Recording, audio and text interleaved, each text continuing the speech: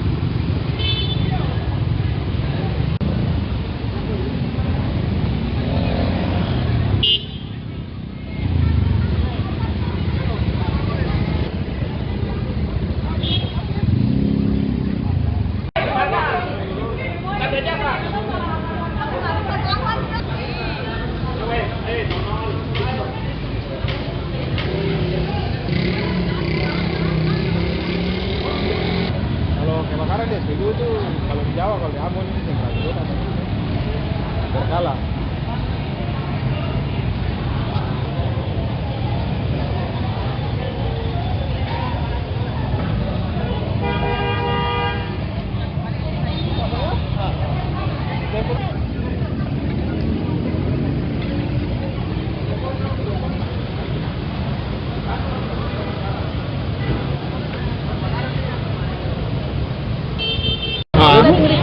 Kemungkinan konsleting Listrik ya? Iya. Karena posisi saya tadi juga ada di atas. Dengar teriakan langsung saya turun ke bawah. Lihat api sudah menyala.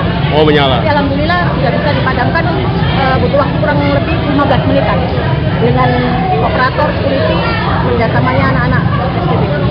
Semua aman masyarakat. Alhamdulillah aman. Alhamdulillah aman, tidak ada korban.